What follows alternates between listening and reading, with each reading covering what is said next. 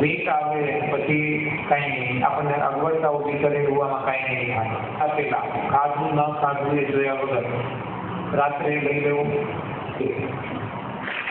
જરાય નક્કી ના કરો મારી જરૂર છે કે નથી, કે હું દિવસમાં ઊંધા ડાબે પડશે જમણે પડશે, કોઈ પણ સ્થિતિમાં જેમ આપણે મોં સાફ કરીએ ટૂથબ્રશ અને ટૂથપેસ્ટ ત્યારે ખ્યાલ આવશે. તો આ રીતે આ આપણે થયું રોગી, એમાં જગ્યાએ દૂધ ના રાખીએ, જરાય પોતાના ખાલ ના રાખીએ. એ 2 લીટર ના જાય તો એ 2 લીટર જવા દેવું એવું જરૂરી નથી. આપણે તો પેટ સાફ કરવા, ન્યૂ ડાયટ તો હેલ્થ ડોટ બધું આમાં આટલું